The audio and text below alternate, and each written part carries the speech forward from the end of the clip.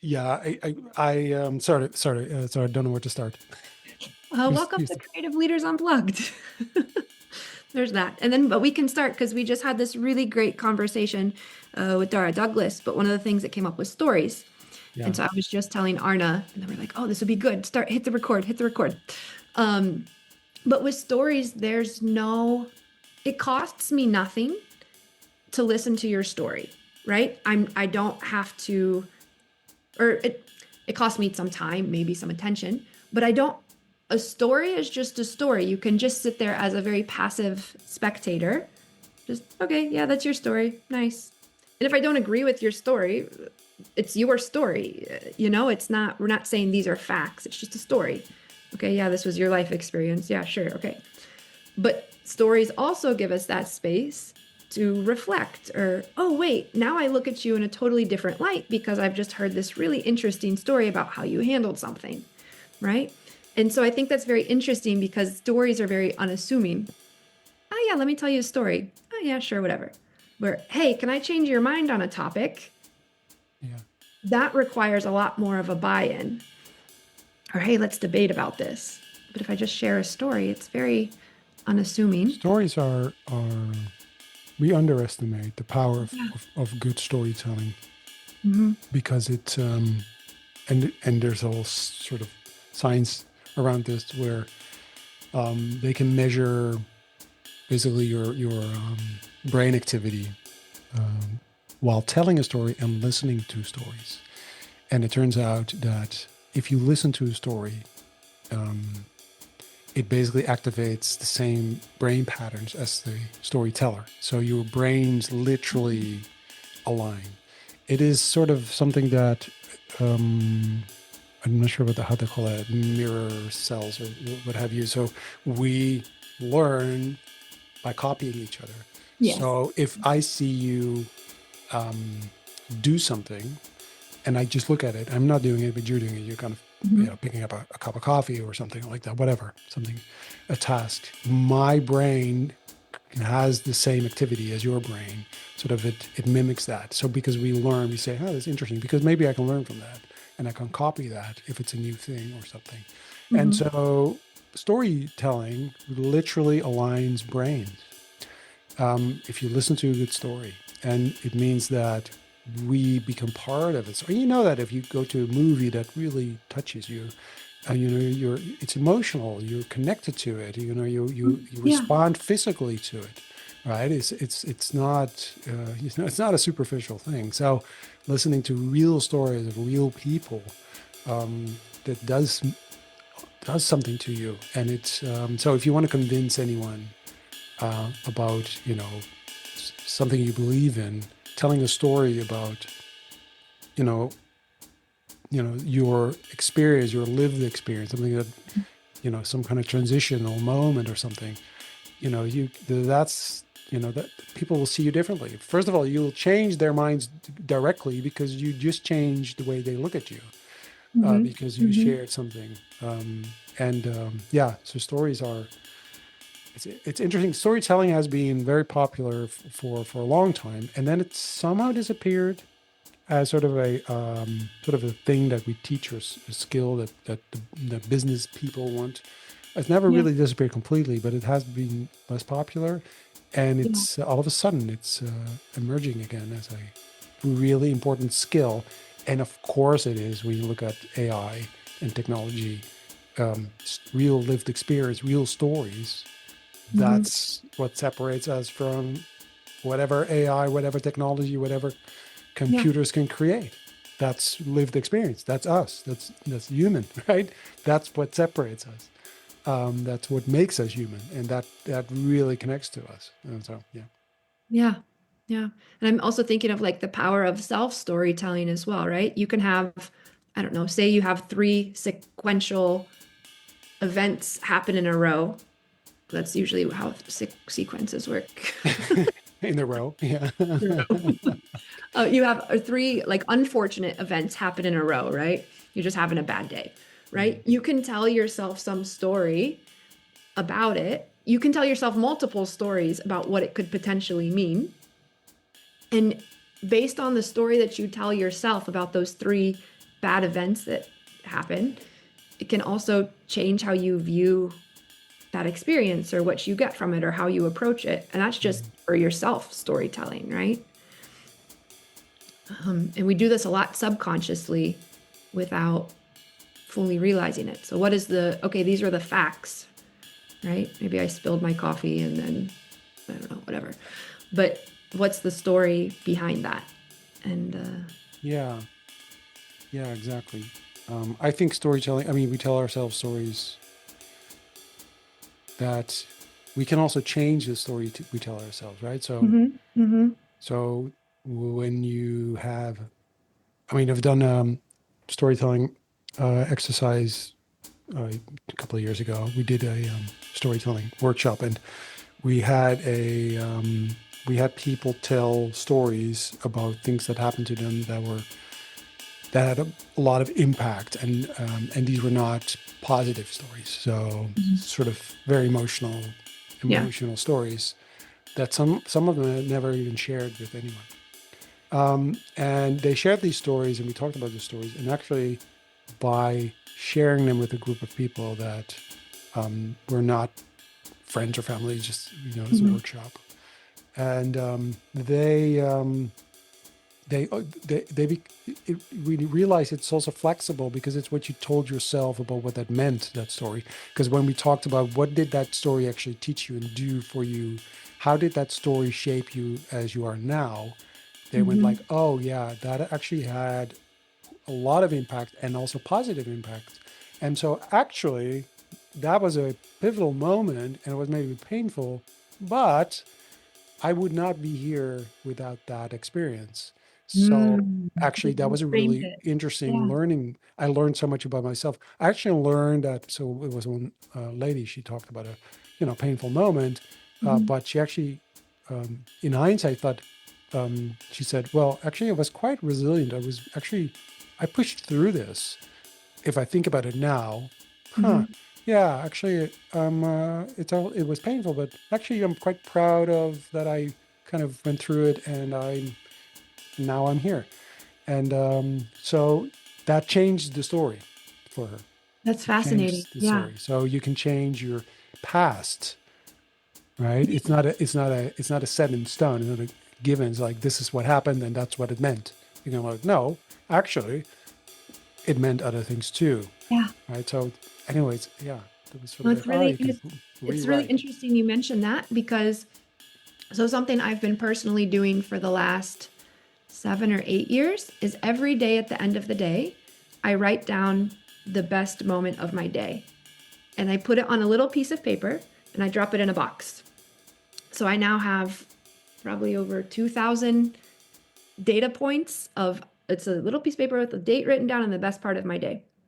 And so I finally wanted to do something with this. So I made a zine, kind of like a collection of some of the small things, but going back through all of those past best moments of my day was really interesting because I had kind of told myself some stories about myself socially, like, oh, I assume this is how people perceive me socially, or oh, I always feel a little bit more like an outsider or a loner. But then going back through all of these things, there were so many best moments of my day that were just really beautiful interactions with friends or acquaintances or colleagues. And somehow my brain has just, I don't know, picked up not the wrong signal, but just interpreted it in a different way. And so even looking back on these things that have happened 5, 6, 7 years ago, it also helped me reframe this story. And I'm now then approaching these more casual encounters or, just somebody you bump into or a colleague, maybe somebody you wouldn't consider a close friend. I'm approaching it in a new way now. And that has been really, really interesting. But even from thinking of the best moments of my days, Yeah, wow. it's still helping me reframe things. Yeah. Well, I mean, yeah, you create a lens through which you Exactly. see things, and that that shapes your reality. Yeah. Yeah. So that's really cool. Great idea. Yeah. It's Huh. really, and you feel really rich when you go through, when you look at all of your past papers, you just feel so, and the thing is, there's always something There's always one best moment in every day. And some days it's just going to bed. Yeah. Be honest. I went to sleep. Yeah. Well, yeah, that could be a good moment. Yeah, for sure, for sure. Cool. Yeah. So, what about Dara and Yes. the? So Dara, yeah, she's one of 9 kids. So definitely holds a unique perspective there. Yeah, And she, I think it's very interesting. She called herself that she was kind of always the academic one in a family full of creatives. yeah, And she has still found herself now leading co-design at a very big and powerful company. And yeah. yeah, And being a creative, and being a creative. totally, of Yeah. course. Yeah, that's really cool. Yeah, I really enjoyed her perspective and her stories and the way she is so clear on where she comes from and what Hmm. she takes from, you know, where she comes from to where she is now. Yeah. Um, yeah, very, very, very inspirational. So I Yes. really enjoyed Yes. that very much. I actually don't want to talk too much about what we talked about with her because she can do that so much better, Well said. Well right? So like, said. what can I share? I just really enjoyed the conversation, Yeah. and And I think the biggest thing for me that I take away, and it might not, well, you'll see when you listen to the episode, is that I just need to also have enough courage to put myself out there more as well. mm, But also then making that space for others, because I think, yeah. yeah. I think what I took away is this. I took away many things, but the one thing Mhm. was we have to if you need to learn something new, which is sometimes tough, Mhm. um, make the process enjoyable, make it fun. Yes. Yes. And that is, and then, that sounds like, but it's really difficult because learning something new is hard. And, she talked about her playing piano with her father, wanting to learn to play the piano, which is hard. Mhm. Father plays piano. So she learns to play piano with her father, which is actually the most valuable thing of the whole experience is this doing this with her father. So the process is so enjoyable. And Yeah. I'm pretty sure the result will be that she can play beautiful piano. So, but that's important too. But the journey, making that Yeah. enjoyable, and it's not always easy to come up with ideas to make that enjoyable. And because sometimes we feel like you have to suffer through it or something, Yeah. like Yeah. this or story about learning math. You're like, I hate math. Like my kids, like they hate it. But how do you make that more enjoyable? Yeah. Um, yeah. Anyway, so that made me think about my own work and what I do. How do I make these sort of the things we do and we offer and we want, um, you know, the way we want to reach out to people and have them Mhm. learn new skills. How do we Yeah. make that more fun and more enjoyable? Yeah. Yeah. Yes. And also the power of stories, but we were talking about that when we started the intro. So Yeah. I think probably that's part of making it more enjoyable. yeah, Stories. definitely. It's a story. So design it as a story. Tell me I have a learning workshop that I have to attend. And I'm like, oh, okay. But tell me I'm just going to go listen to a bunch of stories and it's much more enjoyable. Yeah. Yeah. Yeah. And listening to your story too. So you're like, I have to tell a story. Okay. Yeah. Interesting. How do we tie that into maths? I got lots of stories about math. Yeah. Yeah.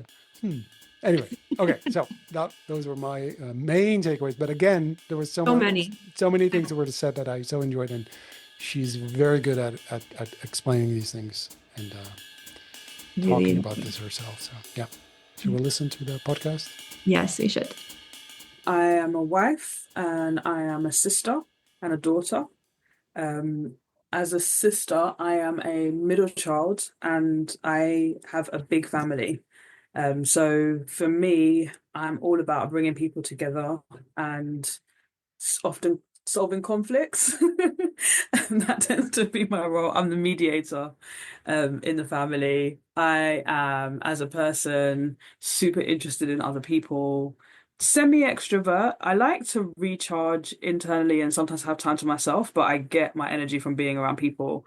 I love understanding how humans click. And I really enjoy actually when someone has a certain view and then you see their view change. I find that really interesting about humans. And I like people coming together from polar opposite views too, and seeing how they can hold space for each other and difference and embrace that, but also maybe leave with different views still, but just having had that space for each other. So there's definitely a big part of me which is about like the dynamics of groups and how they work. Coming from a very big family. I have a big thing about giving voice to people who are underrepresented. So I often look for the kind of where's the voice that we're not hearing in the conversation, either in a professional environment or in terms of the work that I do around diversity and equity and inclusion. Um, and yeah, like I like food a lot, not cooking but eating, and I like being around people. I like dancing actually, and music is like life, and could just do so many great things for your energy and mood. So yeah, that's who I am as a person. Oh, oh my God, I'm so jealous. Like, what do I do? Painted Oh a my. rich, beautiful picture. Yeah. Yeah, Like, oh, okay. it works. Well, that's awesome. Just one thing that kind of jumped out at me. That's the somehow the big family. Mm. That's Mhm. that's important then, right? Because in you said you resolve conflicts and opposing opinions, and every time you say I see you in the family, is that Mm. something that is do you see that connection as well, sort of for what you do now and sort of that big family that you Yeah. come from? A huge amount. So, like my day job, a huge part of that is I lead our co-design lab at PwC, and a lot of that we describe as corporate therapy. It's bringing C-suites together, and often sometimes people across their organization to drive alignment, to accelerate decision making, and to kind of build ownership. And in doing those things, you need to be able to not just like get people together in a way of building consensus where they all nod along, but actually truly understand what are the things underneath and pull those out and be able to kind of grapple with the elements of conflict or indecision that might be happening and understand why it's happening. So I feel like my role as a facilitator uses a lot of that skill of managing the dynamics of being from a big family as well. Yeah, I could really imagine. And when you say big family, what are we talking? Like We're talking about. So I have 8 siblings in total, big and family? they all have lots of children. So lots of nieces and nephews. I don't have any kids of my own, probably because of being scarred. And so, yeah, there's lots of people. That's Okay, so interesting. you're one of nine, eight Yeah. siblings, you're one of nine. So that's certainly a big, and you said you're in the middle. So Yes, I that's am. okay. A very yeah, Yeah, that definitely does you're in the something. middle of everything. But that Hmm. does something to you, right? So, Hmm. because I just relate, for me, it relates to my parents-in-law. So my father-in-law came from a family of 11, Hmm. and so these big family, and it makes family. So I'm not sure if because I come from a small. I mean, I just have one sister, so Hmm. I'm not sure if that makes a huge difference in how important family is to you. But I think it does in a way because there are so many characters, so many people, so many. It's Hmm. such an interesting dynamic, I guess. Is there something specific that you go like, this is what I've learned because of Yeah. that. This is what I took away. I can directly I can pinpoint the things that I learned from being in a big family that are something that are, Yeah, that are there's so probably important. so many things I could talk about that for the whole thing, really. But the thing I've been thinking about a lot recently is perspective. And recently we've had loads of stuff going on in my family, and we've quite a few of us have had individual therapy. And I've been kind of trying to get my mind around that because we each speak to our therapists and share our personal views of the world, and then they tell us things that we can do about ourselves. And I keep saying what we need family therapy because we're still missing each other's perspective. And I guess that's like a big thing that I take away into my work and into creativity.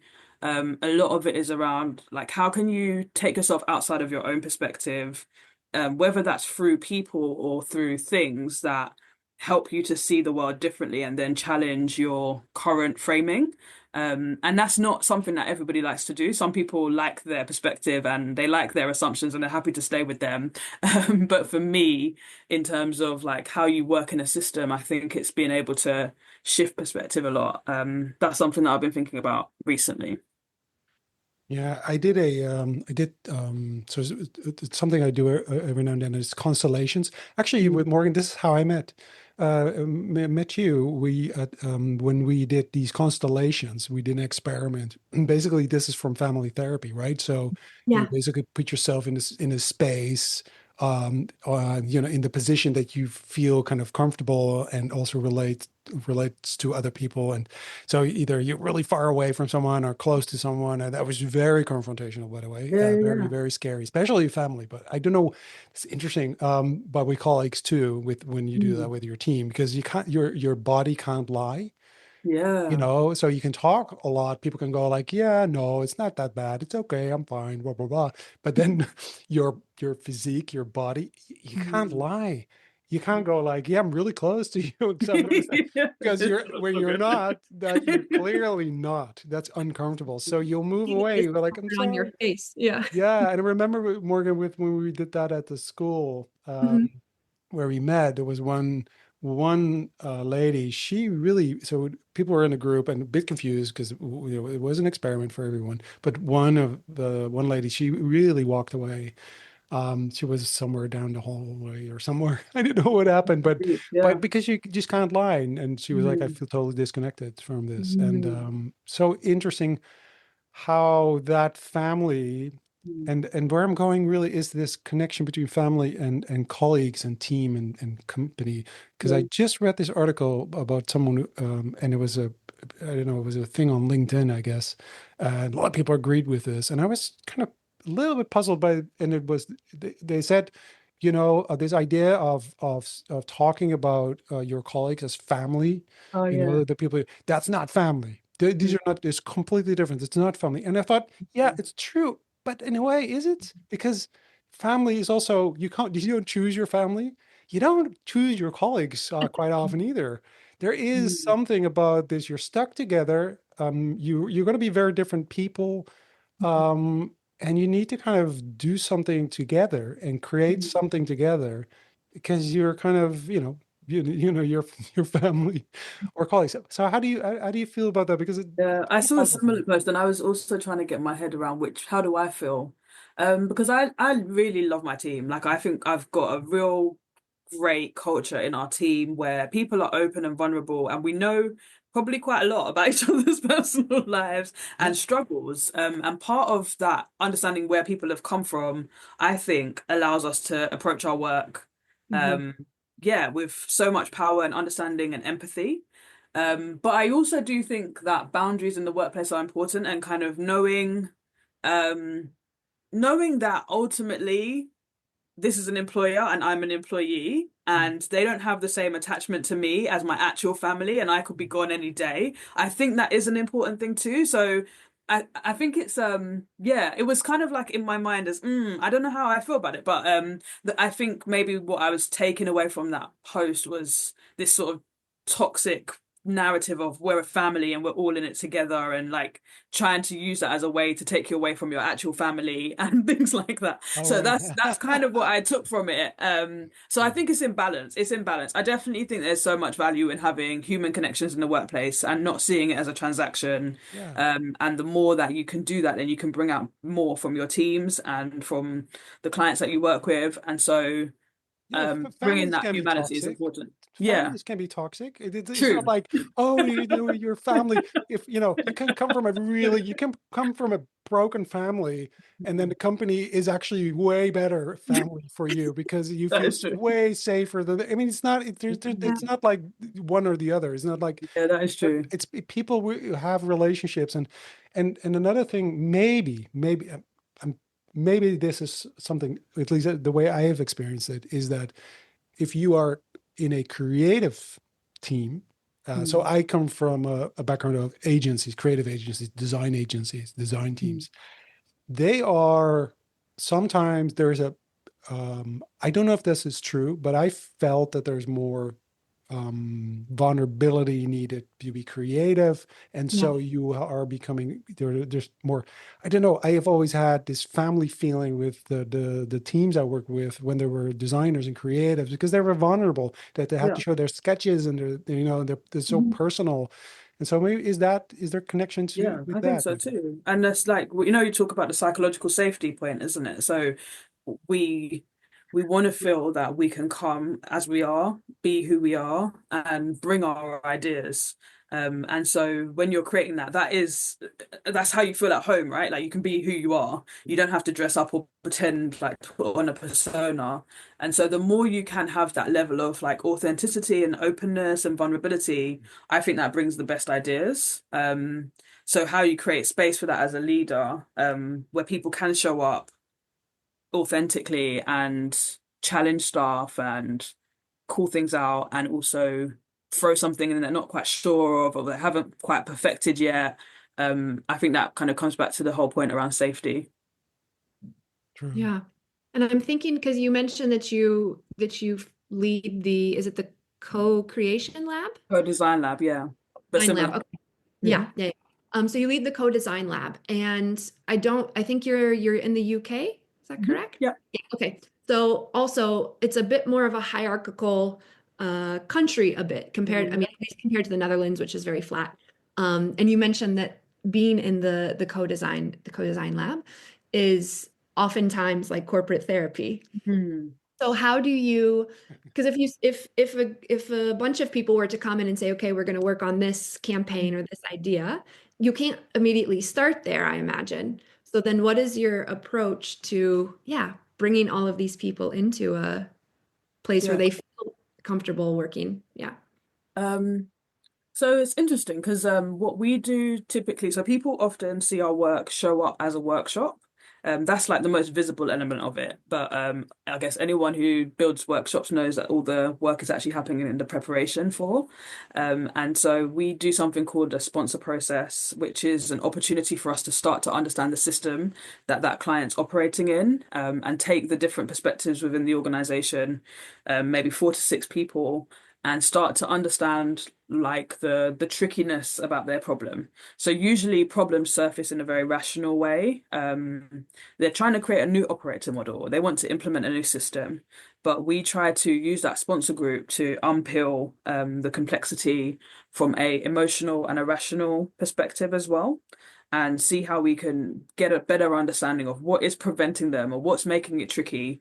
And so the more we have that understanding, that helps us then to design what the workshop or the design forum will do, and the human elements of it as well that we need to take people on a sort of emotional journey around. So it kind of often starts off from a very rational place, and people also may think that they're joining from that perspective too, but we're always designing for the human experience and the sort of journey we want people to go on as well. Yeah, really cool. And when you think back to then like your childhood or your life growing up, are there any moments or stories that you can think back and you're like, of course I end up in this job. I was already doing this when I was a kid. Yeah. Yeah. What would I give you? Um, It's funny because yeah, like I said about being the family mediator, I feel like that brings that skill set to life in lots of ways. Because listening is just like it's so funny. My family we had a barbecue recently, and one of my aunts said, "Oh, I seeing all the stuff of you on LinkedIn is so amazing because you've always been quiet growing up." And I was like in my head thinking, I've actually never been quiet, but you guys are just really loud. So it's quite funny. And Yeah, that's interesting. yeah, so in that respect, I spend a lot of time listening and really trying to Mm. understand like where people are coming from when they say something, not just what they said, but what they meant by it. So I think that is a huge skill in the work that I do right now. It's not so much about having the answer, but actually being able to draw it out from people, making them feel heard. So I can definitely see things that have happened in my childhood and stuff that play up now. The other thing that's interesting too is coming from a um being a diaspora. So my dad is from Jamaica, my mum is from St. Lucia. They both came to the UK when they were like 9, 10 years old. So Wow. all my siblings were all born in the UK, but I do still think that brings an interesting dynamic. So, like grappling with things like identity and Hmm. connection and belonging. I definitely think that's draws me to this type of work because it's giving a platform or a process that allows all voices to be heard. So when I said before that that's a big driver for me, I think that also comes from just like lived experience and being from immigrant parents and stuff. Yeah. Yeah. Oh, that's interesting because we, the most people we talk to in this program, because we're talking to a lot of creatives and Mm. creative thinkers, and uh, most of them, I think, I mean, I haven't really made the kind of, I didn't really add it up all in my head, but most of the people we talk to are introverts, Mm. and I think so, right, Morgan? I think most of them are like, I'm a Yeah. kind of an introvert. Yeah, a A lot of large them, part are introverts. Yeah. they might have ADHD or some kind of some kind of label, and because of the creatives.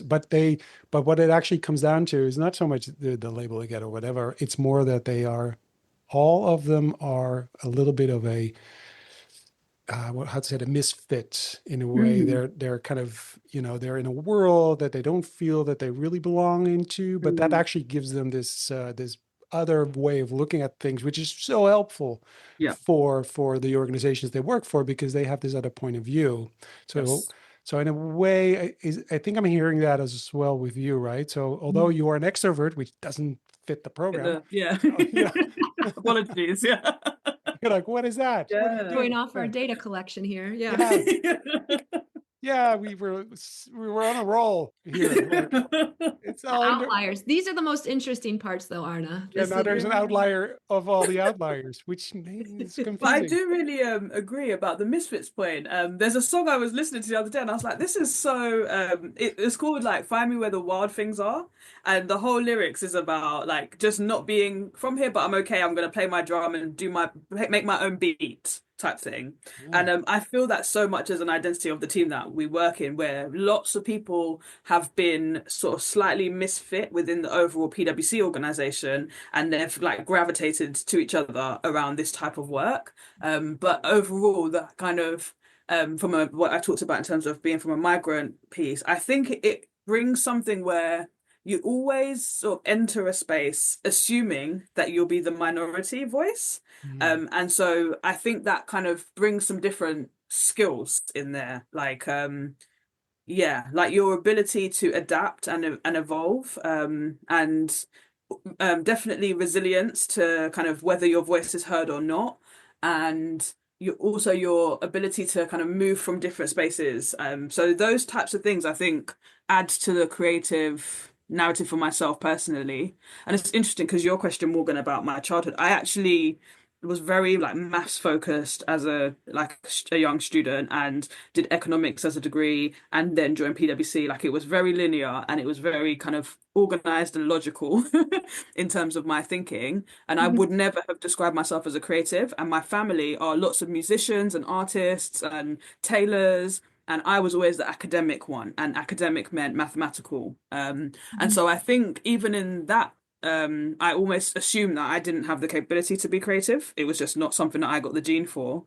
And it was only over time as I started to be exposed to lots of people who had worked in agencies and a different creative process that I realized, oh, actually, this isn't a thing that certain people have this gene for or not. It's something that can be learned and trained. And I very much push that anybody can be a creative. But yeah, it's got a certain label or Yeah. expectation around what it means. So I think Hmm. that's also interesting. But I still think there's a, maybe it's not in you, maybe it's not a gene, maybe it's not in your DNA, maybe it's not passed on that way. Or maybe it is, because I'm not really sure, because somehow I think it is, but maybe it's not. But it Mm. is sort of examples you have. You Mm. have examples of people who are creatives and True. live their lives that way. So you have those options. And if you Mm. grow up without having those options, I think it's more difficult. So Yeah. True. seeing family who are creatives and doing other things, you have those options as well. Yeah. But I do think somehow, and it's also because of my kids, because I have two kids, and so my daughter is almost 19, and my son is 13, and so my wife is a designer. I'm a designer, and but my kids are not. They're doing anything creative. So we were like, "What's happening?" My son is totally into football, and he played drums for a little bit, but got totally disinterested. And my daughter, she's like, nah, she doesn't do anything really. She doesn't draw. I was always drawing, and I was doing these things, and so did my wife. And but now all of a sudden, my daughter's 19, and all of a sudden there's little things happening. She goes like, maybe I want to go into fashion. And by the way, there's this art and economics study. Maybe I'll do that. We're like, art and economics? We're like, oh, we're like, hey, something's happening. And she started drawing. And Oh, we're doing interesting. this drawing challenge now. With my company, and she also started participating, Oh, and cool. she's actually really good. And we're like, you're drawing, and you're like, wow. So I don't know. So I don't know if Oh, I it's true. love it. I'm hoping there is something, That you passed on your gene. right there. Yeah, but there can be also something, and I think this it wasn't so they might tell me this later when they're a Mm. little older, and they go like, you were terrible, Dad, that moment. Which you're like, what did I do wrong? But there's this moment. So a friend of mine, he told the story that he was a musician, and he had instruments everywhere, Mm. all kinds of instruments everywhere. But his daughter never played music. And Mm. later, when she was in her 20s, she said, "You should have pushed me more." And he was like, Mm. "I left these things for you to pick up. Like there were guitars, there's a piano, there was a trumpet, there was saxophones. He had this stuff everywhere. Hoping she would just pick it up instead of forcing her. And but she was like, "Yeah, but it was always yours. You were Mm. doing that all the time. So you took that space." And sometimes I'm a bit afraid that I kind of do that too. Mm. So they occupy those spaces, and you have to find your own space. So in a Mm. way, I think you kind of, you're creative, but you have to find your own Yeah. space that is yours. I like that. And I think also something I took from what you're saying as well, it's like how can the environment expose you to something? So it may not be a natural tendency, but just being exposed to something Yeah. creative, I think that is a really interesting point. And yeah, I think I did find my own path because although the work I do is creative, it's always still linked with business outcomes. And I think the importance of Mhm. bringing those two things together sort of drives how I view what I bring to the world. And so, like your daughter about art and economics, that would be a great thing for me to go study. Like I would really Yeah, enjoy yeah, yeah, yeah, yeah, yeah, yeah. it. Me too, So I by the way. think the We're like, blending oh, of like or juxtaposition, if I can say that, yeah, yeah, of things that feel slightly conflicting, I is awesome. Loads of creativity comes from that too. yeah. But you do now. So what you do is you show other people also options. That's Mm, what you do now. You go mm, like, hey, here are the options, mm, and you go like, oh, this is possible too. So that's a creative space where mm. you show people these options that they might not have considered, right? Yeah, nice. Yeah, that's very true. Um, yeah, it's lots Yeah. to bring from that. It's cool. Oh, you're like, do I? Oh, sorry. I was That's good. like, yes, And that's I what was you do. Thank thinking, you. and I was thinking, of course, Arne, you shared the story about your daughter, and then Dara, you said you grew up in this family of creatives, but you always viewed yourself as academic. Mm, And I've heard that because I also believe that everyone can be creative, mm, and has the capacity to be a great creative. But it's a bit of a muscle, mm, either train or that we don't. And I think, Arne, we've talked to a lot of people whose brains work differently, right? So we're just kind of have to do things in a creative way because the normal way doesn't work for us. Also, people, Dara, who are maybe outside traditional systems or stuff, they have to find new ways of approaching things or interacting with people or handling themselves in a room. And yeah, so I think it's a muscle. And even if we don't realize we're actively doing it, I think if we're in these environments where it is around, our way of seeing how other people work Yeah. is then already being trained. And I think Yeah. then it's kind of I think that is inevitable that it. at some point it'll make itself apparent. And yeah. Yeah, I think so. And even your story, Morgan, as well, from finance into product design, like Mhm. that's super interesting. And I feel like it is about understanding different ways of doing something. So coming from a sort of more process and mathematical background, I assumed problem solving was linear. And there's always an answer that comes from it. And then you put Yes. humans into the mix of it, and actually it's not. It's like crazy and chaotic and anything could happen. So realizing that then exposed me to different ways in which you might go about problem solving, which are not linear, which are circular or divergent and convergent, etc. So Yeah. being open to different possibilities, and that just being a reminder that your way of doing things isn't the only way, I think is quite a fundamental of creativity. So the Yeah. opportunity to move discipline, I think, helps a huge amount, and then take pieces from different disciplines and be able to amalgamate them into something new that resonates for you or for others, is important too. Yeah. It's That a really takes powerful courage, skill. It right? does, yeah. Because Yeah. yeah, because I think a lot of people are, that's really outside of their comfort zone. Mm, And it depends a little bit, again, it depends again on the space you're in. Are you in this safe space or brave space? mm, Are you able to kind of explore a new way of working or thinking? And is that okay? mm, So it's really interesting how, you know, obviously we try to kind of, move through this life, this world, in a safe way as Yeah. possible, because we have responsibilities, we have our mortgages, or we have our family, we have to have food, stuff like that. So and then so maybe the connection to family and business is there. It goes a little bit, it takes a different turn where you go like, yeah, but when you're working, to your earlier point, you're an employee, you can just and this is happening right now to a lot of people. You can just Mhm. lose your job because there's a crisis, right? And it can just happen. And then all of a sudden, you had a family, but yeah, here's your box. Mhm. Go 50. No, this is in the US, obviously. Yeah, you go, mm, yeah, 50 minutes to get out of the door. yeah. And here's some security guards to help you. So, which is Yeah. like, but we were family. Yeah. Exactly. Like, Exactly. it's like, yeah, not Yeah. now, But right? that's the So, reality check, isn't it? And then when you said about it takes courage, I think it absolutely does. But then I think it's being more and more required now, Yeah. because if you are is it? losing your job and it's just like the trends and the structures are shifting so quickly, um, where you may have built a 20-year career in a Mhm, certain discipline, mhm. that may not be the viable option going forward.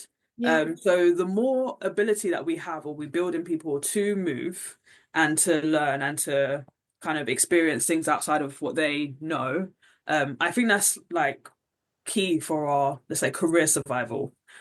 So it's Um, continuous learning and mm, and and upskilling, and this is also when I look at my kids.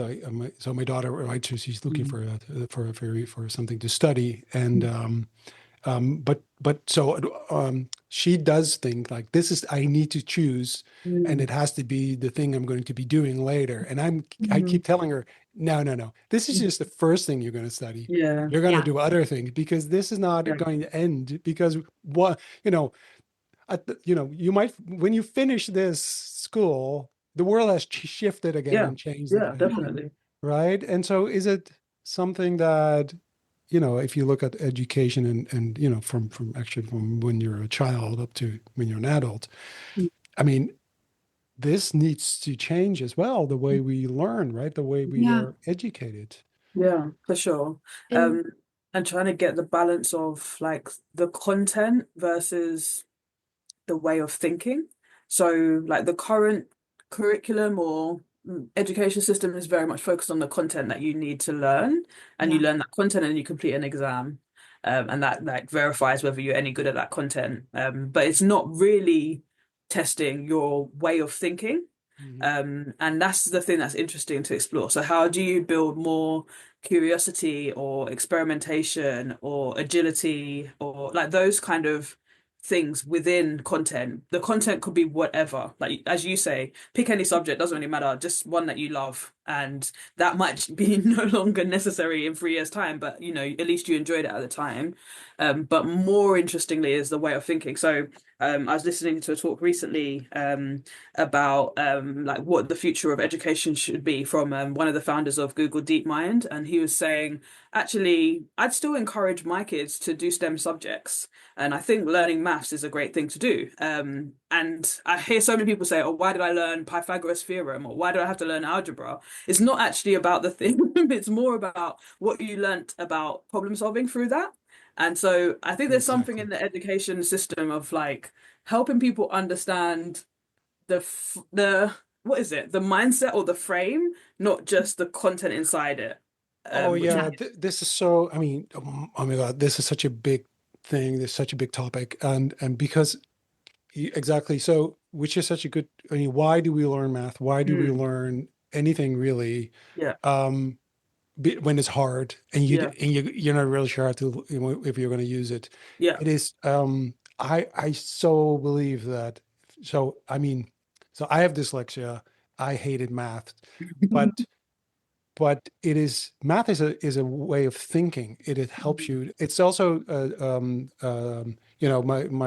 my son now he gets French at Mm, school, and although he likes it very much, but it's tough because it's a very yeah. different language compared to Dutch. Mm, The grammar is totally different. It's quite a tough language to mm, learn, and uh, and it's really not about him being fluent in French, but it teaches him a completely new way of structuring a language, and it helps you think differently. It's about the mindset. It opens up this, it really creates these new neural connections and yeah, options again. Like, oh, it can be completely different. It's like traveling. If you travel to another country, live in another country in a different culture for a while, it mm, changes the way you look at the world, right? So it's this growth that is happening. While and it's not about becoming, mathematicians or what mm, have you. But I want to ask you, sort of, getting to this question, um, if so, if you want to, because there was a post I read and I was thinking about this. Um, if you need to learn a new skill, mm, say creative thinking, which mm, is an important skill for the future. Being mm, creative, be creative is about adaptability, is about problem solving. Okay, but you have AI mm, that makes it so easy on the surface to mm, be a creative thinker because it gives you all the answers and it sounds all great and it's so mm, nice and it's easy and your brain is lazy because it takes up all this energy. So if you can cut corners, you'll cut corners, which means you will not learn the skill because the mm. skill is hard work. It Yeah, is hard work. It's the struggle which is actually creating that and building that skill. But yeah, then, although we know you need that skill for the future, but AI is actually making it too easy for you. So you're not training that muscle. yeah, That to me, that was talk about, paradoxes and yeah, juxtaposition, things that are like, oh, wait a minute, so yeah, we know we yeah, need it, and AI cannot be they cannot replace our creativity or human creativity because it's a different thing. But it might actually make us, less critical thinkers and less creative thinkers in the end. yeah. I think that's the key, right? Like working out why are we learning the thing in the first place? What skill is it trying to build? Because when you were talking about it, I was thinking going through the schooling system, my mindset was like, pick the ones that are easiest, pick the ones that you'll do well in and get an A star. Like that's the goal. Mhm. And I loved history, but I wouldn't pick it because I wasn't good at it. But it's actually the skill it gives you in terms of being able to analyze and to critique and challenge a bias or understand if something is a true source or not is super important now in a world of AI where there's just so much content. But most people probably wouldn't think about history now as a great thing to learn because the content is all over the internet and you can get it in 2 seconds. Exactly. So trying Yeah. to get the skill that we gain from it, I think is really interesting. And you can apply it to our work too in terms of like things like design thinking and agile working and all of those. There's so many methodologies, and people will typically start to understand the method and the tools that exist, but being able to quickly get to the skills it's building and the mindset it's creating is like when it actually becomes magical, and then you can apply it in every context, and it becomes like a, as you say, a muscle. It's like an intuition that you have rather than a set of steps you're going through. And yeah, Yeah. I think that's kind of the shift that needs to happen Yeah. when we But think how do we about do that? learning. How do we make people do the work while, Mm, right? So there's the answer's right here for you, but we're going to make you do all that work Go to your get work. to that mm. answer. When actually you can just ask ChatGPT. Yeah, but I think it's such a fun, it's a deeper fundamental thing about like we said about this fake concept of time. Yeah. Like we could go back there because everything is fast at the moment, and everything is like the faster answer is the better one to go for. But if we were able to, and we had the luxury of time, even though we've just imposed random things on ourselves that tell us we don't, then the time to do the work, we could make that a more enjoyable thing. So I Yeah. don't know. Learning to play piano, I find it really painful. My family's all great musicians and I want to be good like them, but I'm not. But the time of playing piano with my dad is great time because I'm not just learning piano, I'm bonding with him. Yeah. And so how we make the experience of learning an enjoyable thing, that is time we choose to slow down and build a craft because Oh, that's that's interesting. just something we want to do, not necessarily for the result or the Yeah. box tick at the end when you've passed an exam. I think that time thing is so hard, and the fact that we measure everything, like so many results are based on how much time it takes, Yeah. rather than like with creativity, it's not like that at all. Sometimes it takes ages to get to Yeah. something really, really good. So the faster outcome is never just the quickest one. Yeah. But technology Mhm. is all about efficiency Speed. and Yeah. speed and faster because they keep telling us like there's a new, whatever ChatGPT, whatever. Then I get confused with the names of ChatGPT. There's so many ChatGPTs. I don't know what they all But do, but they're faster. This one is much faster. You go like faster? What do you Faster mean than what? faster? Yeah. Like it's what used to take 3 seconds to explain, quantum physics to me, and now it takes 1 second to explain quantum physics to me. Where yeah. like, really, why? Who And I think cares? and I think I'm thinking this might be a very silly statement once I actually reflect on it, but I think a lot of modern technology is maybe not initially built, but then always in the end modified to serve capitalism, right? Which is always about gains and growth and getting Yeah, bigger and more dominant or powerful. And of course, there's and amazing less people, examples. What'd you say? less people to have as Of course, workers in the yeah, workforce. Yeah, reliabilities. yeah, yeah. Well, yeah, But so I think um, it's very interesting then. I always love examples of when people can then take, because you also talked about the make the act of learning an enjoyable experience. And to be quite honest, unfortunately, I don't think I've ever thought like I've as a teacher, I've tried to make my classes enjoyable for the students, but I've never thought about it on a much larger scale. Like, how can I make their entire act of learning this semester an enjoyable experience? It's more, okay, how can I make this workshop more enjoyable? Or how can I make this project, but not the overall, like, what is it that learning needs? And because, right, in capitalism, and also a lot of things, not just capitalism, but is so outcome focused, where when you're with your dad learning piano, that's process focused. And sure, there's nice outcome, but that's you're I'm not emphasizing. sure if the outcome is any good, actually. To You are bonding with your dad, so Yeah. Interesting. That's Yeah. good. Yeah, I think that is it. It's hard. I think the system's just not set up for what we need now. So yeah, everything being measured in a certain way and productivity being the main driver or efficiency being the main driver kind of gets to the heart of why some of these things are so difficult. yeah, But I like my hope is that we can use these technologies to remove so much of the things that are not value adding or enjoyable for us so that we can have more space for, yeah, learning, mastery, caring, connecting, yeah, empathizing, the things that only humans can truly experience. And I think that's a great opportunity for people who have a creative mindset because it just shows how much more and more that skill set becomes useful. I don't think that AI, like it can come up with loads of ideas, sure, but I don't think it can meet the level of human creativity. So the more we build that, I still think we're differentiated, I yeah, think. I yeah. hope. Yeah. No, Well, I definitely agree. And I read a really interesting article yesterday about how AI is taking away our design decisions. So there was some filmmakers, they were talking about how they see these young filmmakers will make a storyboard in AI. And so the young filmmakers are just thinking about the higher level story, but they're not thinking about the small details. So then they'll Mm, present the storyboard and it'll have a nice high level story, but the smaller details, they're not able to explain why they made the choices that they made because they're giving that power to AI.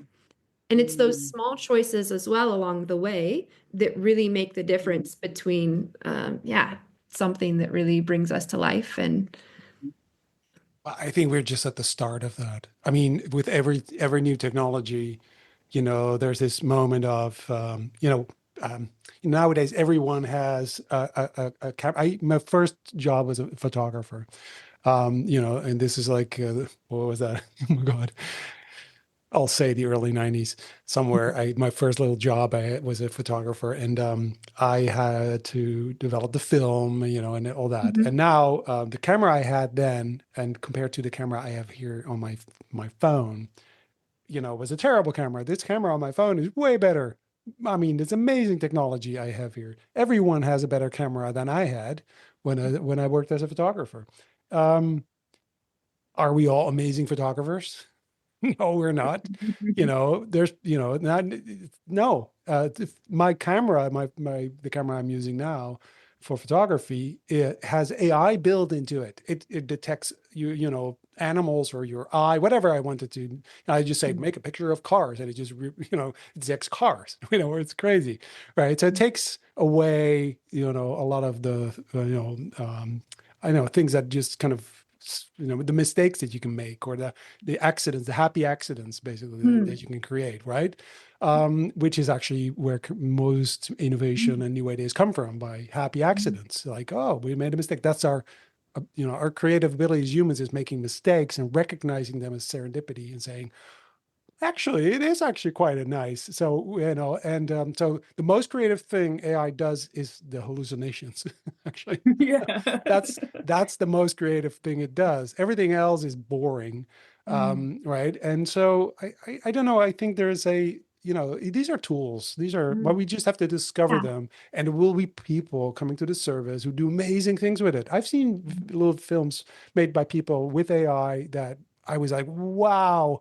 That's amazing, right? But Yeah. like animation, I mean, most feature films use green screens and computer tech and whatever. It's all fake anyway, right? Mhm. But I think so, what I think is going to happen is that lived experience, real Mm, stories are going to be mm, more important, because if you have a story with, feature film with fake actors, it's all AI, it's going to happen, right? So it's all fake, it's all because it's cheap, and there's two people making a lot of money instead of 100 people making a lot of money. So, mm, so we choose that. I don't know why, but that's what we want.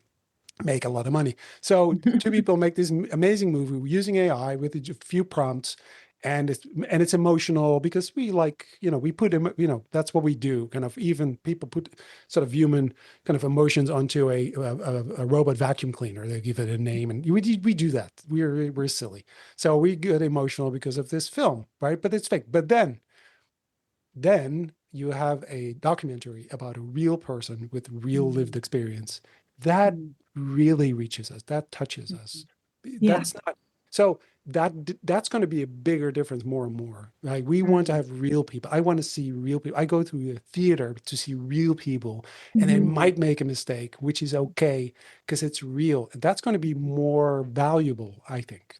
Mm. That's my point. Yeah, I There. So agree. there. And like something about I really like happy accidents, and something about the imperfection and the failure is what makes us human Yes. is nice. Yes. I like that, and makes it feel more authentic and more real. Yeah. And we don't want a whole bunch of polished content that's like No, generic, it's boring. and there's going to be almost overwhelming abundance of that too. Yes. So then we'll be looking for the Yes. thing that is actually different, that is unique, and that just comes from experience. I agree. Yeah, because everything else is kitsch, right? With the Mm. first a painting AI makes, you go like, "Whoa, that's amazing." The second one, you go like, "Yeah." The third Yeah, one, you go like, "I don't know." It's never going to be Van Gogh, who yeah, is, yeah. who kind of had problems and wrote Mm. letters to his brother, died poor. The Mm. story, the real story, if that all is fake, Yeah, who cares? Yeah. yeah, Yeah. yeah, AI is made out of dead stuff, and yeah. it doesn't have a life. It doesn't have a mother. It doesn't have friends. It doesn't have any, it doesn't have ADHD. It doesn't have all those things, Mm. right? It doesn't have a story. It's Mm. not, it's boring. It's not interesting. In the end, it's about people and connecting. And I think Yeah. authenticity and realness, Yeah, I think that's where you're going to see as a business too, yeah, right? Who do you trust? Who do you relate to? What do you want to be part of? yeah, I think that's yeah. Sorry, what yeah. do you think there? Sorry. No, I really agree. I'm just nodding Yeah, everything I you're know, but the saying. people can't hear you. Yes, he's nodding. Strong yes. Sorry. This is it's so top of mind, all these things nowadays. Yeah. I think so. Yeah. I think we're all kind of going to agree around it because we're from that kind of creative space. Mhm. But I just hope, I guess my hope is that people start to shift the conversation. Like the conversations on AI are so much focused on productivity and efficiency, but how can it unleash that opportunity and space for us? Like more time for creativity, more time for connection, understanding each other, empathy, like those types of things, because then I think we start to change the game rather than just stay in the same game trying to make it more fast. It's like, yeah. Yeah. Yeah. Yeah. Yeah. There was a quote like, I want AI to do my dishes, not write the poems. Yeah. Could you? I mean, really, like poems written by AI? First of all, I've tried all of this, right? So I did all of this, and I play music, and I write some music, and I thought, what can it write lyrics? And it can, but they're awful. Yeah. They're awful. Very They're tough, yeah. awful. But the whole YouTube is I saw this article that YouTube is swamped by AI Yeah. music. And now they're Oh. putting labels on it. This is not AI going because it's horrible. It Yeah. is Mm. horrible. All right. So again, it doesn't mean that, I mean, there's been horrible music forever and ever and ever that was just produced to make money. Fine. Okay. And it will be successful, et cetera, et cetera. But I also with music, also with that, you'll see that the people that are authentic, Yeah. write music from their heart, do some, Yeah. and push the boundaries and try things and experiment and are real. They're going to kind of float to the surface. They're going to be the people and the communities and the companies that we are going to kind of love, Yeah. right? And that's, but that takes bravery. That takes a Mhm. brave sort of attitude to saying, okay, this is efficient, this is fast, this is quick, Mm. but actually time. So we just think Mm. this is slower, this is more real, this is about Mm. community. Um, but But that's I what guess that when I just think about the music industry and the arts, like that tension between faster and commercial and mass market and like real and authentic and lived probably has always existed, right? It's like it's probably most artists' challenge. Like, which way do I go, and how much do I follow my craft and my passion versus appeal to the masses and make loads of money? And so it's like it's an existing truth that an artist has to make a choice around. Mhm. And I think that the ones that we love and live for long periods, in minds of people, are the ones that focus on that rather than make a one hit wonder and it's like, woo, yeah, and then it's gone. So I think that is, yeah, the ask of people. It's like continuing to still build the things that you love and invest in your skills, because that's where we get the most of ourselves, rather than seeking first the money and the finance, because then you go to diluting. I imagine that is already a challenge that most artists have. And the other thing that was in my head as you were speaking to on is this overwhelming abundance of content that is just too much. Like with AI, how easy it is to have, like you said, so many songs on YouTube that are not actually made by anyone real, poems, posts, social media, like all of these things we're just overwhelmed and inundated with. And I personally, and I think that society will need to create like some distance and space for our mental health and for our creativity and for our ability to Mhm. even think from all of that content that's out there. And the idea that everyone grabs AI and makes their thing go viral because they've AI'd it just doesn't have any meaning. It's like we can't all go viral. Every content can't be distinct, Let's right? all So go viral. yeah. Yeah, it's like So, everything's viral now. Anymore yeah, now. now what? Now what? Yeah, no, what? So, yeah, we And made so it. Everyone's viral now. Yay. It's like, okay. so maybe all of those things just become less important to us, right? Like what are we making the content for anyway if it Yeah. doesn't reach Well, it's not anyone and trustworthy. I mean, it it's not becomes, trustworthy? Yeah, it's right? meaningless. It's meaningless. And I think we are developing, and maybe this is really healthy. Mm. Maybe it's quite healthy because it wasn't that trustworthy anyway, whatever we wrote or saw on the internet. Whatever social media is telling us, whatever. Being critical thinkers, I think it's very healthy, and we might get to a point because everything is created by AI, then eaten by AI, and then recreated Yeah, by AI yeah, because this yeah, snake that's eating its yeah, own tail, right? So, can you trust the internet? I think, especially young people who grow up with this kind of reality. mm, I think they will not mm, trust whatever they read on the yeah, internet, which is really healthy. yeah, So maybe Yeah. it's a good thing that yeah. We go in a big circle. everybody goes viral. Yeah. It's a good thing. Like, yeah, it's That was all. yeah.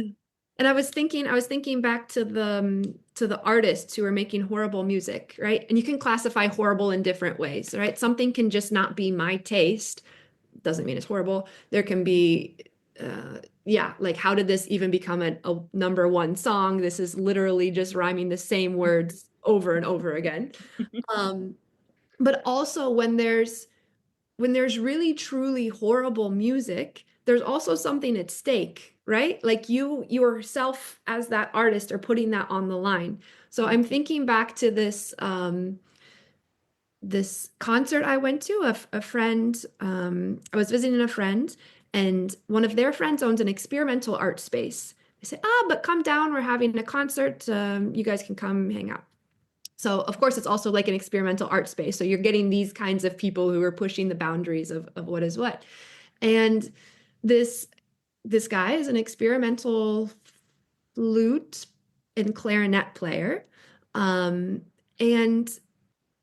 I had no idea what to expect, but this exceeded all expectations because it was a lot of squeaking for an hour and a half. Oh, Oh, okay. And he was looping the squeaks and he was making new squeaks with the clarinet and then the flute.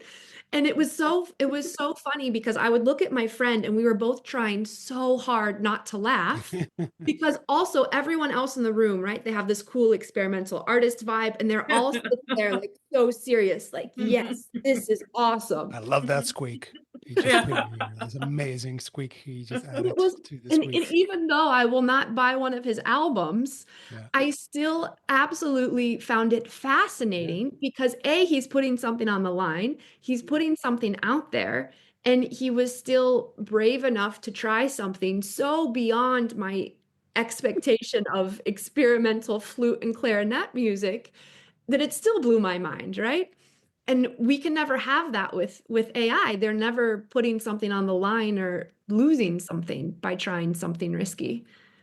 Yeah. And so Yeah. even, yeah, so that also really inspired me. Like, okay, if he can get a room of 50 people together to listen to him do this, what am I missing out on by not putting myself out there?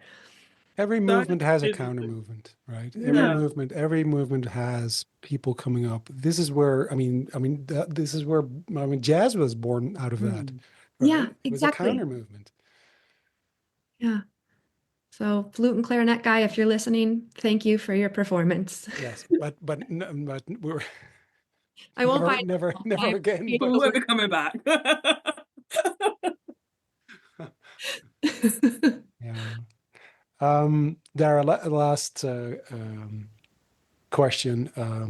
Well, maybe not, but last sort of topic I want to raise. So we are living in a time right now, at least, where there's a lot of anxiety and tension in the market, and also around diversity and equity, and the whole DEI thing, which I know is important to you. And to all of us, by the way, not just you, but it's very important for everyone. But how do you create that safe space in a time where people don't really feel safe? Great How do you question. how do you do that? Yeah, that's a really good question. Yeah, I think you've used the term a few times about brave space. Because I like that in certain situations actually where it's not just a safe space that we all can share our ideas and it's like about a business problem that we can slightly detach from, but it actually is a brave space because it requires being something personal and vulnerable to you being put on the line. And I think that when it comes to the conversation around DEI, it is that like in a lot of ways it has been made rational in terms of business outcomes and metrics and targets and things that we can say we have policies for. But ultimately, it's about people with a lived experience that is not fair or yeah, being able to access the things that that others can. And so creating the space for empathy, I think, is really important, and setting the rules of how we want to contract and engage with each other. Because one of the things that I recognize, especially because I do a lot of work around race diversity, is how loaded it is. Like people are coming with years, even before they were born, of perspectives and perceptions and feelings that they carry into a conversation like that from every demographic and angle.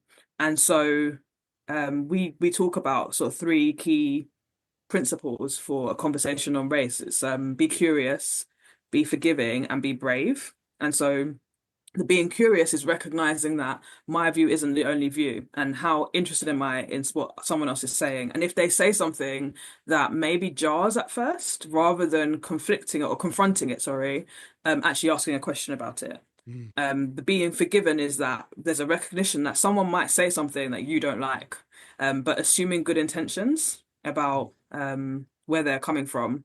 And they might use the wrong language or they might have a view you don't agree with, but assuming good intentions. And then being bold is like for you to say, like, share your truth as well, which can be hard and heavy and loaded as well. And then how is that going to be received? But I think kind of setting the ways of working that we want to have in that form of a conversation. And typically that's in a meeting or in a workshop.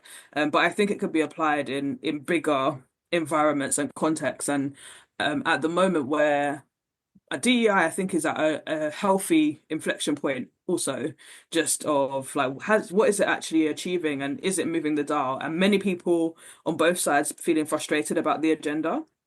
Mhm. But can we come together to create what it needs to be going forward? mm, That's how I'm thinking about it.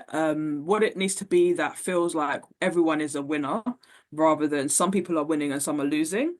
And that it's a shared and collective responsibility, not of one demographic or another. And no one is to be faulted in the mm, conversation, but actually, can we jointly create something? That's how I'm thinking about it, but I think there's so many different ways and different narratives that are out there as well. So it's also being able to kind of strip back the noise from the conversation and just realign to the initial intent, because so much of that has been lost as well. Yeah. Yeah. And I think for me, because of course a lot of systems right now are shaking. They have Mm. been, but now it's reaching like fever pitch, right? Mm. And that's very scary and very turbulent. But I'm like you said, it's at a very healthy inflection point. And Mm. so for me, I'm also a bit very curious because it also creates this space and this dynamic for us to rethink and say, no, Yeah. this element of the system really needs to change. And Yeah. I really love what you said about like the 3 points: be curious, be forgiving, be brave, Mm. because we're only ever going to change our behavior when we find the edges of things, right? Mm. Little kid touches a stove one time, right? Which would be quote unquote the wrong thing. But then they learn they don't do that anymore. And right now in our culture, I really feel like we're not creating the space or the forgiveness to let people brush up against the wrong things Yeah. and then reflect on what that means for them. Yeah. And I also think that it's becoming more and more polarized, and the space for people to kind of share those tense views doesn't exist enough. So it's really easy for me to sit in this like liberal bubble on social media or have an expectation of what my friends have as views, and then I'm not seeing a whole other side of the world, and that's also getting louder. So how am I making sure that I'm hearing those different perspectives, because they come from a place. I think yeah, June, July, August last year, we had significant riots in the UK, because people were so angry and frustrated about immigration. And Yeah. it's easy to kind of, as an ethnic minority, to suddenly feel attacked in that conversation and almost like, I don't belong here. And who are these evil people who are now attacking migrants? But at the same time, trying to understand where is their intention coming from, and what are the reasons that they're frustrated, and even if some of those elements are actually really at jar with my own values and principles, how can I make the space to hear, Mhm. and to see how we can collectively come together? I feel like that polarization of the world is so strong at the moment, and not moving us anywhere forward. So how does it start to kind of come back together? The social innovation point that you mentioned at the beginning, I think that is the power of collaboration and groups of diverse perspectives being together to drive societal change. So it's not just we all sit in our own little silos over here and hope that our agenda will win. Yeah. Yeah. It's and a lot of things you're saying. I recently watched the film Flow, and Okay. it's won a lot of awards, but basically it's these two guys and they animated the whole entire thing on Blender. And if you don't know, Blender is a free 3D animation or 3D rendering software. Anyone can download it and use it. They animated a whole like hour and 20-minute film on Blender, and it's winning a lot of awards. But the whole thing is silent. There's no dialogue in this film because it's just a story about animals. Um, and there was one animal that I was getting really annoyed with. I'm like, oh, this animal is terrible. It's stupid. It's so mean, you know? But then there becomes a point where you learn more about this animal's background. And I could instantly Mm. feel that my perspective on this animal flipped. I was Mm. like, oh, that's interesting. I just really had feelings strongly against against a lemur, but now I feel more empathy for the lemur. I I I think understand. that's empathy is so key. Like we have this virtual reality unconscious bias training, and unconscious bias training itself has kind of been abused, but this one is putting yourself in the shoes of a black employee on his like 24 hours at work. And I think that has sparked so many interesting conversations, because just the opportunity to sit in someone else's experience, and understand what they are going through. And it can apply in so many different ways, including animals, to build totally. just to I, build I that understanding.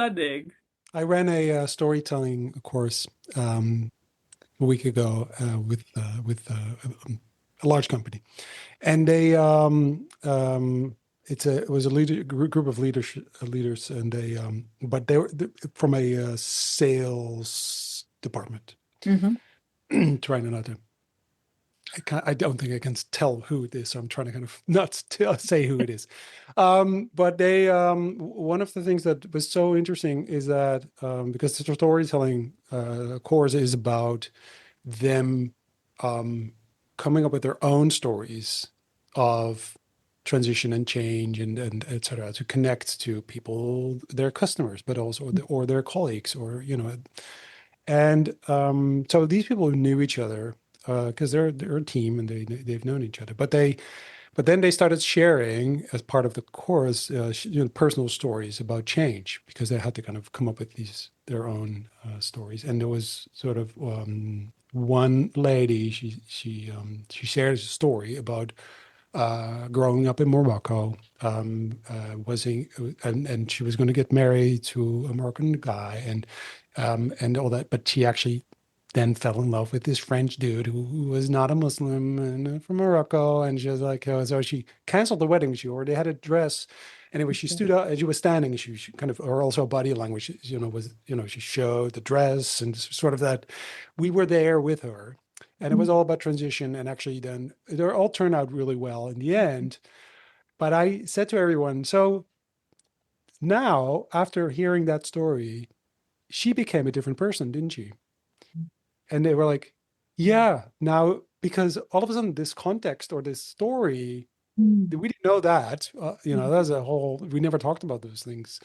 And so, talk about lived experience and sort of stepping in someone's shoes. I mean, it's difficult. Empathy is a difficult thing, I think, because, I worked with Syrian refugees a couple of years ago, and sort of, it's so difficult to even imagine being in their shoes. So people having to run and being on a boat and with their kids. And oh my God, I mean, I couldn't even imagine what I tried, but I knew it's also like, it's almost an insult saying, yeah, I know how you feel. Like, I know exactly how you felt, he said. No, I didn't. So there's also a moment where you go like, I have to really listen to you and work with you. I have to kind of, we have to do it together because I can't really be you. So Yeah. empathy, there's a limit to it in that sense of empathy as well, right? Yeah, for sure. You're not trying to replace someone's experience or speak on behalf of someone's Right. experience, but just the desire, I think just the desire to want to understand. Like I like that. I'm never gonna be able to be in your shoes, or I can't even imagine what you will have gone through, like that humility, right? But then also help me understand it more. Like what else can you tell me about it? So it's I Tell me the definitely think story. it was about, yeah, tell me that story. I think that is really Yeah, powerful. because Um, stories connect to us. Stories are because that's the best way to build empathy. Even if you read a novel, it enhances your ability to be empathetic. yeah. And I just want to kind of share one thing. There's a book called The Catalyst by Jonah Berger. He talks about the movable middle, and what you were talking about is what he said. You're like you have opposite views. Say there's a football field, and you're on the opposites, and that's sort of when you're totally opposite view. But you have to kind of find that movable middle, and the movable middle is usually about things that you share. And a lot of things we share because we're human beings. We want to be safe. We care for our family. There's stuff we share, Yeah, we need, and we all have the same kind of basic human needs. yeah, And so finding those shareable things and they call that the movable middle.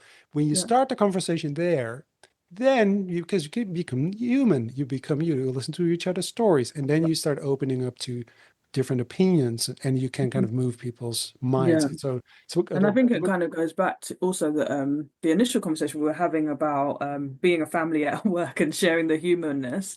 Because your example of the story that the sales professional shared about her personal marriage, and we do an activity often in the beginning of our sessions called "My Life is a River," and it asks people to kind of tell their story using like the analogy of a river and water. oh wow. And before you get leaders to start to think about their business strategy and the role they're going to take and their agenda, by stripping that all away and talking to their story of who they are and where they've come from, like suddenly so many barriers come down and so much desire for, like they're suddenly already making huge amounts of connections about why people show up to work in the first place and what is important to them. And it just humanizes the whole conversation. So I think stories are super powerful. Empathy is so important. But the more you bring that into the business context and yeah, help people see each other, I think is so important. Wow, I love that. Yeah, Mhm. that's really nice. What are you, when you think about the future, what are you looking forward to? Um, I'm looking forward to continuing to learn. I think with all the disruption that's happening, there's so much, like it's almost opening my mind about the ways I might try and learn. Mm. Um, and growing my perspectives is something that I'm very much looking forward to. I'm also keen to get more into these conversations about the opportunities for creativity. I'm hopeful that creativity becomes even more significant in the world of business. And as much as the last 5 years have been really challenging in many ways for creatives and the market has been tough, there's so much opportunity and value that creators can bring. So I'm really positive about that and the merging of creative thinking and problem solving for business as our future. Thank you so much for being on this podcast. Yeah, Enjoyed it. yeah, I have many more things to ask you. I know. But yeah, thank you so much for being on the podcast. That was Thank you very for having me. It was inspirational. a great conversation, really interesting.